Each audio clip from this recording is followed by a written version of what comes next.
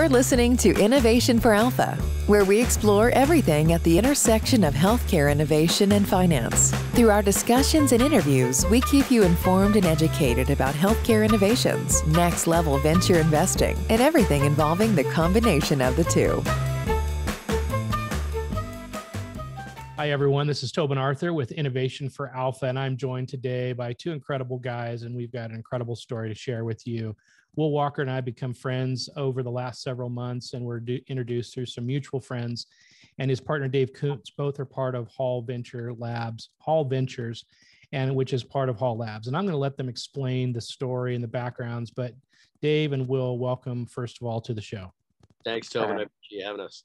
Yeah, thanks, Tobin. Always a pleasure. You bet. Let's start out. Just you guys give us a little bit of background about what you guys have done for your careers, and then maybe tie that to how you got involved with Hall Labs and then subsequently Hall Venture Partners. Absolutely. So 20-year Wall Street veteran, had early on gotten into entrepreneurship and worked in the CLEC space, but ultimately got to Wall Street and spent about 17 years at 3 different shops, working in institutional sales. All 3 places hired as a salesperson, ultimately promoted to run the groups. And really what that allowed me to do was to build long-term relationships with institutions, family offices, and high net worths. And it was through a family office that was once a hedge fund turned family office that I was really embedded for the last 5 years in the family office space, as he and I built a business together to help families diversify their portfolios by introducing like-minded investors and to really leverage each other's domain expertise. So the idea was really to share in a way which helped diversify risk. And that's how I met the Halls. And, we can talk about the Hall story itself because it's really exciting. But I want to let Will be able to talk about his background a little too here. Thanks, Dave. Well, I'm Will Walker. I've had a very different, diverse career, starting as a 10, 12-year professional actor, believe it or not. But I morphed into private equity about 28 years ago. So I'm dating myself, but I've been fortunate to be part of a lot of media deals that have been prolific, different asset classes from the early days of cable television all the way to, internet, early days of internet, and then, of course, into different private equity investments moving forward. But I'm a big patent and license guy. I'm not an attorney. I do play one on TV years ago, but I'll just make a joke out of that. But I am a big believer in IT and patented technology. And when Dave brought me in and I took a look at the Hall formula and the Hall Labs and the 70-year history, which he'll talk about in a minute, I saw why he had become a managing partner with the Hall Venture Fund and Hall Family Office. So there's so much here in the ESG department and the healthcare world as well that's innovative and patented technology and proven commercialization, as well as certainly addressing big problems and big addressable markets, all the things that I've looked for and been fortunate to be part of in different emerging areas. So I'm going to just be quiet now, come back on a little bit. So I'm going to throw it back to you, Tobin or Dave. Thanks, Will. And this is going to be one of the best stories that any of you have heard. And I'm really excited to bring this to everybody, because as I've gotten to know what Hall Labs is up to and what's gone on for the last 70 plus years, it's an incredible story. So let's go back kind of to the beginning. And Dave, maybe walk us through how the Hall Labs and the family got all this started. Absolutely. So the family office was founded by Tracy Hall. Tracy Hall was an innovator. He was a scientist and an entrepreneur. And really, from an early age, his dream was to work at Edison Labs. And he was able to fulfill that dream and worked at Edison Labs in Schenectady, New York, back when it was there. And, he was part of inventing the man-made diamond. So the single crystalline man-made diamond was invented while he was at Edison Labs. He ultimately left there and came to Utah, where he was a professor at BYU. And, they couldn't pay professors very much at that point, but they did let you use their lab space. And he iterated on that and was able to invent the multi-crystalline man-made diamond, which was how the family ultimately created their wealth. That man-made diamond was then sold multiple times to the likes of Schlumberger and Caterpillar and NOV, and they realized that through patented technology, if they built it the right way, it would create a platform. And that platform had the ability to be either licensed through a field of use or sold for a field of use to different companies, whether that's Fortune 1000 or private equity. And they would be able to continue to use that technology over time, and the family would be able to create multiple revenue streams. And to this day, there's licensing revenue coming in from some of those early exits. So it's pretty exciting. Very cool. We're going to dig more into the labs and to the funds in a second, but I want to touch on the locale story, because at the time, for those that don't know, Provo was not a robust, thriving town and city. It's recently been voted by a lot of different organizations as one of the top places in the country to live and work, but that wasn't always the case. Can you talk a little bit about that and how they invested and basically helped it get to where it is today? Sure. To your point, Milken Institute just named Provo and Orem one of the best places to do business.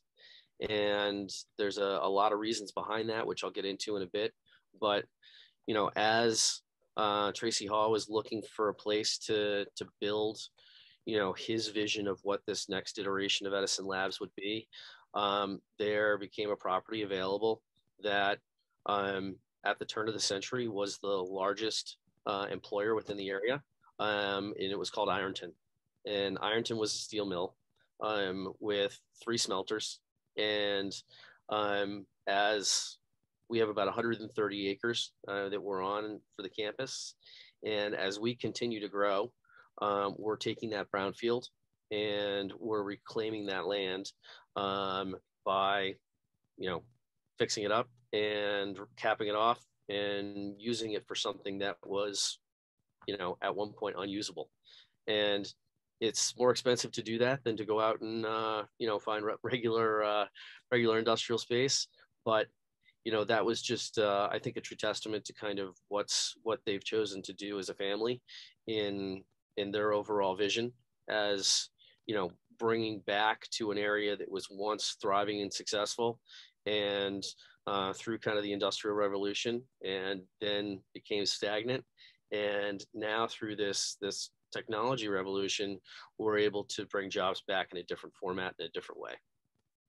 It's an awesome story, and it ties into a lot of what Hall Labs is about, which, as I've learned about the organization, is about this concept of smart cities and the companies under that. Can you explain a little bit about, what is under the hood? And by the way, in the show notes, we're going to provide links so that folks can see a video of the campus. They can see a lot of different materials, but talk a little bit about what's going on that 130-acre campus today. Yeah, so when I was fortunate enough to be asked to come and meet the family and see the campus, I walked into, what was this vision that Tracy had. And it was about 550 people on campus. There's 200 engineers and scientists and shared service professionals that are all on this 130-acre campus, including the exited companies that we've had over time. The purchasers have chose to leave those companies in their original spaces because of the value that's created by not only the shared services, but also the shared domain expertise that exists amongst this massive amount of people that really allows us to build and accelerate these patented technologies fast. And so not only do we build companies quickly, but we kill companies quickly too. And I think that's an important part of the process to understand that, we've learned over 70 years that there's a systematic process to building successful businesses. And you have to be able to approach it that way, where you realize that companies either deserve to be taken to the next level, or oftentimes maybe that technology is put back on the shelf and 10 years later brought back to be used. And there's lots of examples of that. Well, and there's some incredible companies. We'll talk about a few of those in a minute. Vanderhall, the automotive, which is incredible. Medic, the smart toilet, is a game changer. But let's stick for a second with the theme of smart cities and that overarching, what the thought is there, and then how that translates down into some of these specific operations. Yeah, so that's really our macro view as a family is thinking about what smart city is and what it looks like and what it has the potential to be. So how large industries have the ability to, in many cases that haven't changed in almost 100 years, that the family looks for big problems and ways to solve things in a much easier and more efficient way. And as the UN has challenged everyone with their sustainable development goals, and everyone is in a race towards net zero, a lot of what we're doing fits in with that overall framework. But it's not being able to conceptualize smart city means, where do you start?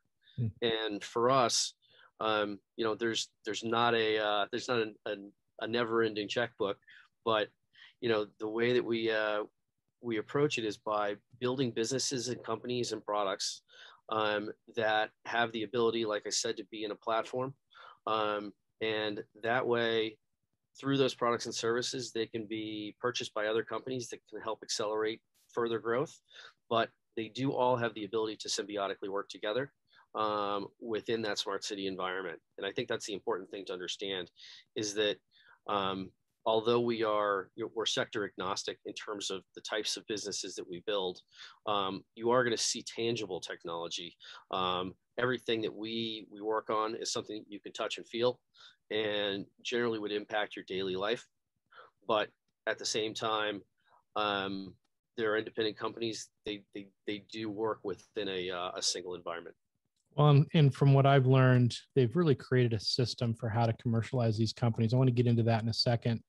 And then we'll touch a bit on the impact part of this story, and that can also tie to the opportunity zone, which is also a big piece of the investment piece. And then we'll talk about the current fund. But let's talk, maybe just give people, let's make it specific. Maybe give a little quick overview of 3 or 4 of the companies, so people have a sense of what is under this. So we'll start with Vanderhall. It's probably one of the most commercial of companies that we have. And I think it's important to understand there's a lot of family members that are involved in companies that are on campus, but David Hall, who is Tracy's son, is now in his 70s. He is the patriarch and the one who is driving the innovation process. And Stephen Hall, who is one of his sons, is the innovator behind Vanderhall. But David makes all of his children go out to industry and prove themselves first. So Stephen owned a series of car dealerships, worked closely with Daimler Chrysler, and really built Vanderhall out of his garage. And he knew what he wanted was something that had that old school feel, but had all the modern amenities that we've become accustomed to. And so in building Vanderhall, it was finding a way to build a transportation vehicle, not spend $1 billion doing it, which is traditionally what it's taken to start an automotive company. And so he knew he had to innovate around not only the product, but also the manufacturing process. So we, with Vanderhall, produce everything on campus. everything's cut out of a single sheet of aerospace aluminum. And the patented technology is in and around how that framework for the vehicle is put together. And then again, how that manufacturing line works. So those cars are incredible. I've seen them, at least the pictures of them. They're fascinating. From what I understand, there's a wait list for most of them. Is that right? There is. So the fortunate part is, we haven't had a problem with demand. The issues have come more around supply chain and us being able to build enough of them. And we just doubled the size of the plant. And happy to say last year, we were able to take the company, became cash flow positive. So, within a 6-year period of time, from start to last year, we built an automobile that no one had ever heard of. And we're able to go to market and create a distribution platform through Indian and Harley Davidson dealerships, and found a big demand amongst that baby boomer community who, really loved their motorcycle, but for one way, shape, or form, started to not feel as comfortable as they used to. And this really filled a hole, and we've been able to sell last year. I think it was a little over 3,000 vehicles. So, and that we're expecting that to double this coming year. That's cool. And there's a new one coming. It's an electric off-road vehicle that looks incredible. What is it called? The Brawley or something like that? It's called the Brawley. Yeah. And the original three-wheeler was really our proof of concept. And I'll go back to the platform aspect. The side-by-side will be our next vehicle. And, we are approaching the entire power sports space with electric vehicle. So, side by side next, there'll be a snowmobile, there'll be an RV, there'll be a boat, and there'll be some urban transportation vehicles. So just exciting things to come out of Vanderhall. And again, multiple revenue streams, ability for strategic partners to come in and help with one or all. And excited to continue to see the growth and, out of what's happening there. Let's touch on the platform aspect for just a second too. And I want to hit on a couple more of the companies, but sure. Vanderhall, I think, has some exciting things coming here. And from a financial perspective, there's reasons for investors to get involved now. But you talked about Harley Davidson and Indian as a distributor. And from what I've seen, the organization has, and correct me if this is too simplistic, but basically is understood. They're innovators. They create the technologies, but then instead of building these from start to exit, so to speak, they typically work with big organizations that already have distribution. They're the next level, and they, whether it's through a license or some kind of a relationship, they partner up. And I've seen that in a couple of their other companies. It's really a smart model. But maybe talk about a couple of other examples beyond just the vehicle distribution. In looking back and evaluating our process, which I think is something important for everyone to do with their portfolio, we realized that the companies where we brought in a strategic investor at that point of growth, so that growth phase is such an important stage for companies to go through. And we gave a hard look and we realized what we're good at. We're good at building businesses. We're good at patented technologies. And we're good at getting a company to a point of commercialization. What we're not good at, because we just aren't set up that way, is large scale, large distribution, global supply chain. And so when we brought in a partner, and our traditional return on invested capital was around 5.5, and our return on invested capital when we brought in a strategic partner went up to 8.3. So, the data and the numbers don't lie. So that really became a huge focus for us, was to apply that same process to other companies. And, I'll give you another example of that. You brought up Medic before. So Medic is a smart toilet. It actually, a lot of the patents around Medic, there are about 150 in total, were created 15 years ago. And that's a perfect example of something that kind of got put on the shelf because the cloud didn't exist. Sensor technology wasn't small enough, but we saw a major shift in healthcare moving from treatment to prevention. And as you know, we look at preventative healthcare, 80% of chronic diseases can be treatable, and they're treatable if they're caught early. So, well, how do you solve that? Don't change human behavior. You know, find something that people have to do every single day and capture the data from that.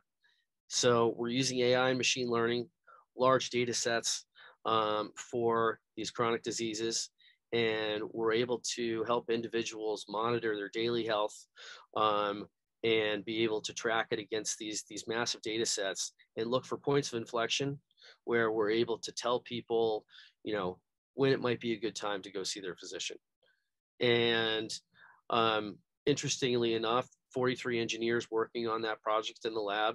2 gentlemen found out they were pre-diabetic, and a woman found out she was pregnant just by, you know, using the toilet on a day-to-day basis. So. Interesting. There's and all of these stories and the companies are available in the materials that we'll send. So if people want to look at the spectrum, it really is fascinating. But let's talk a little bit about, so the family, the Hall family has funded these operations over the years. They've had some great success with these businesses. But at what point did they start to allow or think about allowing outsiders to co-invest alongside them vis-a-vis the funds? Talk a little bit about how that came to be. Yeah, so, you know, up to date, this is kind of the first opportunity that individuals have had to invest in the equity of businesses. For 11 years, the family ran a fixed income product. So raised over $125 million, and they paid a 12% coupon. And that never missed a payment in 11 years. And the reason for that was it was tied to some of those early licensing deals. But, you know, it was a way in which the family could share with investors, you know, some of the upside of what they were doing. But we continually got asked the question, why can't we participate in the equity? And, you know, I think, you know, whether it was through the Jobs Act of 2017, but there was a clear desire for other family offices, individuals, high net worths to do more direct deals on their own. But I think there were problems there. And those problems were, how do you source deals? How do you diligence deals? Do you have the internal resources to be able to monitor and make sure you're making the right investments? So this was a risk mitigated way for people to be able to invest directly into companies, knowing that there was a huge family with a 70-year history behind it in innovation and creating companies that, you know, from innovation to exit. And now for the first time, they're allowed to and have the ability to co-invest. And, you know, that was the main reason why I was brought in, was to help build that fund. And I can tell you, it's been, you know, extremely exciting to do that. And, you know, we had about 35 companies to choose from, and, you know, got that down to about 6 that we've made investments in so far. But things change every day. Companies continue to, you know, to grow and commercialize. So we're in no way, shape, or form for a lack of deal flow, and kind of who better to be able to make choices on, you know, what companies to invest in than people that were part of building them. That's right. Super unique in that respect. It's also unique in the fact that the Halls are not only the GPs, but they're also LPs in the fund. So That's investing correct. Alongside everybody. We're the largest LP as well. Yeah, it's a pretty good testament right there when they're putting their money alongside everybody and letting them in the door to participate in this. Let's talk. Will mentioned ESG, and there's a lot of impact elements to this. The whole concept of smart cities and bringing technology to these various different categories. But one of the central opportunities is around opportunity zones, and it's something that most people are not familiar with. And we probably don't have time to go into great detail, but in a quick snapshot, what is an opportunity zone? Why is it relevant here? And why is it relevant to the fund investors? Well, it's funny because we call the fund internally the Anyway Fund. And the joke there is that, we were building the fund to give people the ability to co-invest alongside the family, as we talked. But almost embarrassed to say, we were told we were in an opportunity zone. So we get a call from the town of Provo, and they told us that we were in one of the census tracts that qualified for opportunity zone investment. And what that meant is that we now had a tax advantaged vehicle for people to invest in. And so it allows people to take capital gains, defer paying taxes on those capital gains to the end of 2026. And I think that changes, but we'll see. And what a lot of people don't realize, when you say opportunity zones, 99% of the people that I talk to think it only applies to real estate. And that's partly because the first set of regulations only dealt with real estate, but operating businesses qualify for opportunity zone investments as well. And venture investing obviously has a very different ability to for returns than traditional real estate investing. But this was a massive undertaking by the Fed to roll out the opportunity zone guidance and incentives. And to date, it's I believe the number is a little over 16 billion that's been committed to opportunity zone projects. And we're thrilled to be one of the only ones that are doing it exclusively within the operating business space. So it really was put together as a way to provide capital to domestic emerging markets, as Cory Booker likes to call them, and invest back into businesses and real estate that are in areas that were depressed for one reason or another, and now are starting to thrive again. That's pretty cool. And let's relate that to the fund and maybe start to talk a little bit about some of the specifics of the fund. How large is the fund? What are the closing plans for the fund? And what types of investors are you looking for and have typically been participating in the fund? Just give us some of the high level. We launched the fund last month on the 15th, and the fund will be open through the end of the year. So it'll be about a 6-month period to raise. Although based upon kind of early interest, I don't anticipate it to last that long. And we have a combination of investors that have been high net worth, family offices, and really you have to be an accredited investor in order to invest within the fund.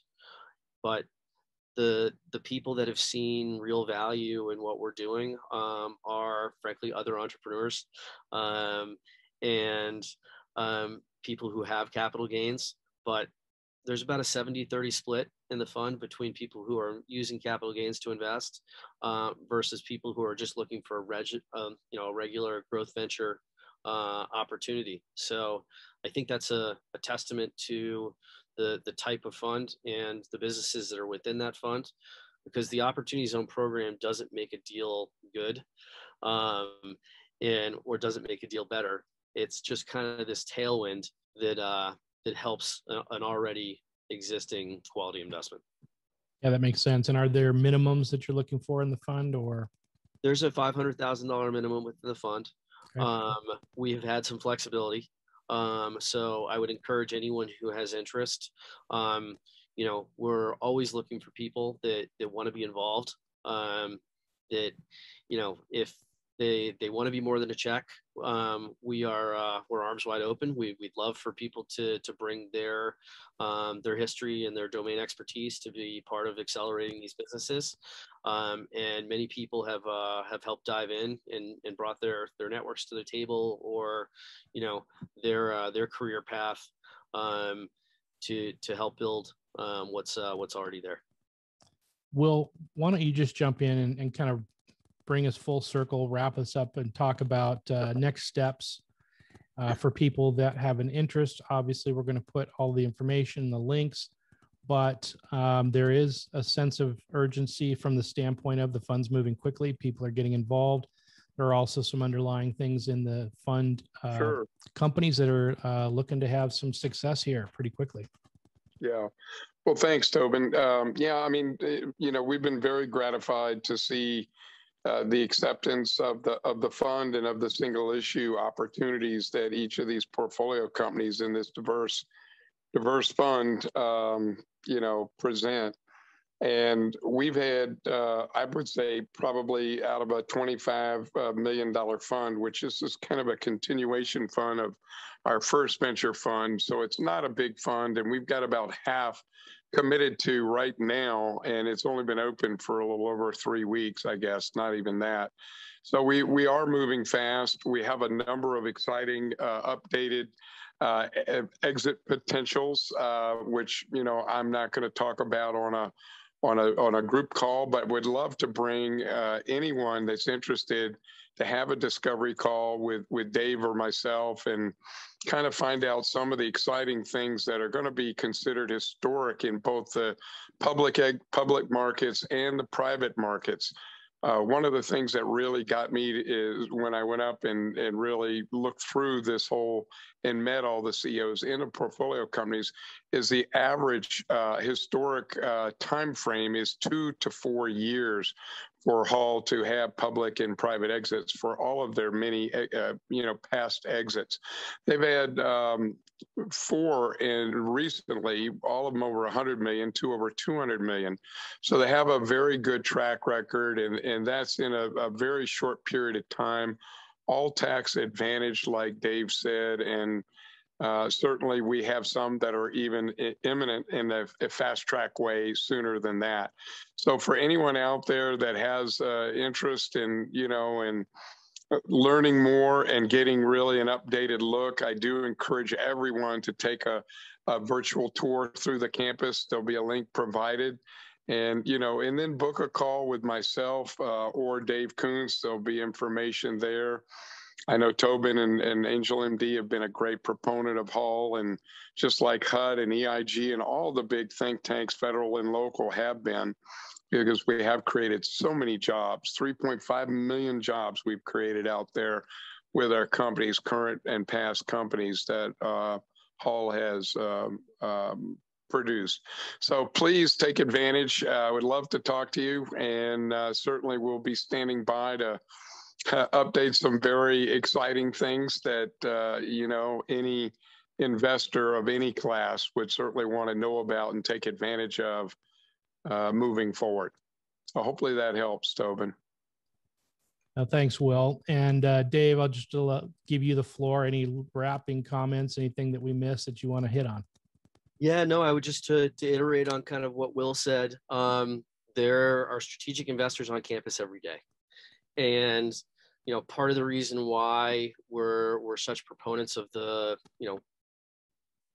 building patents early is it gives us the ability to open our doors to share with, those large PE and Fortune 1000 companies who have come to expect and oftentimes come on a regular basis to see what's next.